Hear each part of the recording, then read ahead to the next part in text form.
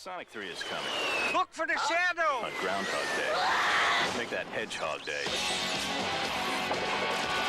And then he buys Mortal Kombat, the arcade edition, and the all-new Shinobi 3, and Marvel's X-Men. A bit more exciting, a bit more challenging, a bit more graphic, a bit more colorful. Games from the 16-bit era were badass. Funnily enough, there are about 1,600 games put out here in the West between these two systems, many of which have been technologically obliterated by time. But the ones that survive not only hold up, but still give modern-day competition a run for their money.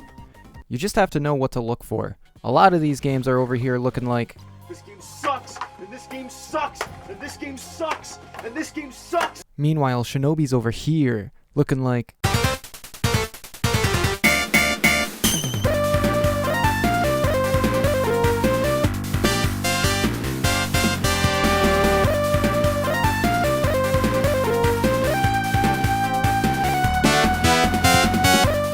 there's so much to love about this game, man. Don't get me wrong, it's a motherfucker, but if you have save states, then it's absolutely doable. There's so much detail in the sprite work and backgrounds, and the music is working the Genesis sound chip to its fucking deathbed, bringing heater after heater.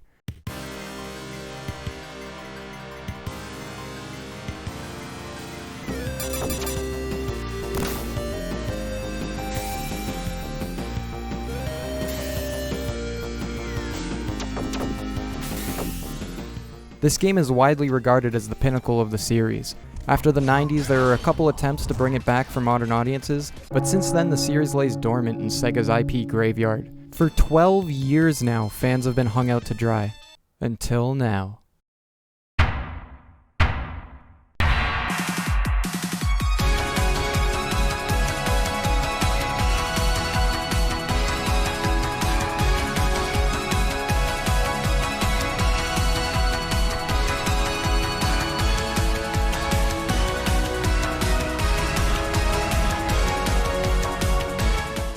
This game is so much fun.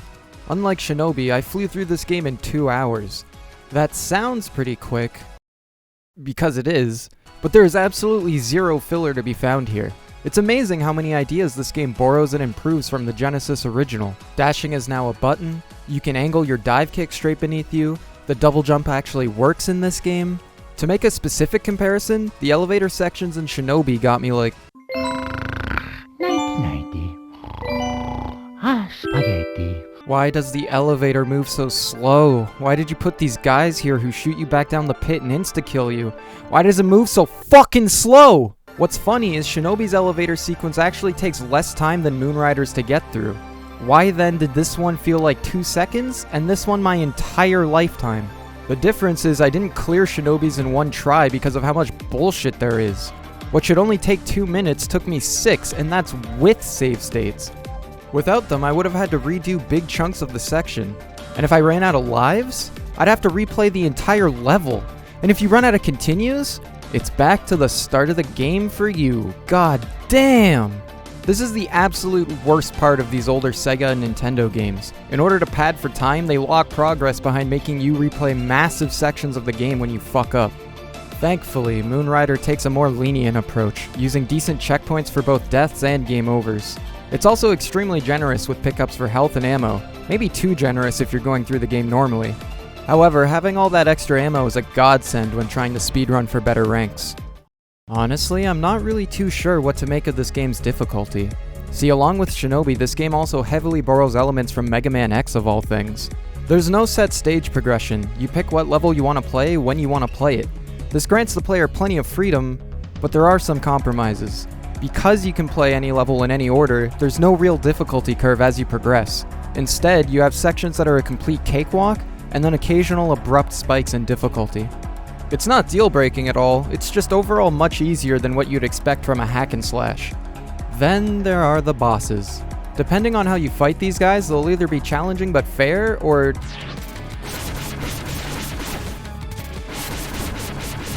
what the fuck was that? Too many of these fights can be completely run over with little or no thought. It's a shame because each boss has unique patterns and interesting themes, and if you actually try to let them live, they'll prove they're perfectly capable of kicking your ass. This seems to be a common criticism. One solution I've seen proposed is to add a hard mode, If it's done well, I think this would vastly improve the experience for those wanting a challenge. Another element taken from Mega Man X are the hidden upgrade chips you can find tucked away in the levels. Some of these are pretty well hidden, but others are just sitting there like, oh, don't mind me, nothing to see here. You can have 2 equipped at once, and while they are fun to hunt down and collect, most of them only provide slight buffs to your character and left me wanting more. Except for the double jump. In my opinion, this should have been in there from the start. Once I equipped it, it stayed on for the rest of my time with the game. There are a couple levels featuring a vehicle segment, having you rip through a city on a motorcycle. These are great for breaking up the of it all. And I mean, come on, just look at them. They absolutely nailed the look and feel of those Mode 7 racing titles of old. The only problem I have with these sections is the waiting. There are plenty of times where you have to just wait for more enemies to show up, wait for the mini-boss to stop being invulnerable, etc, etc. Again, not a deal breaker, just a minor inconvenience worth noting. The presentation is what really sells this game, as it's consistently brilliant throughout. You have this grimy techno-synth soundtrack with the guy murdering a fucking Koto, like...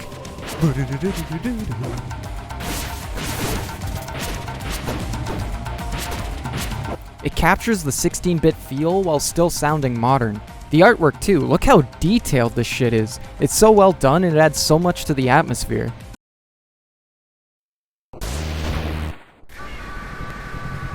It's crazy how well they were able to create something so reminiscent of an era from 30 years ago. I mean, just look at this. Huh? See what I'm saying?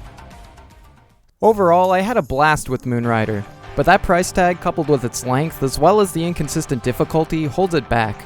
I give it a solid 3 out of 5. It accomplishes exactly what it sets out to achieve, just with a couple hiccups.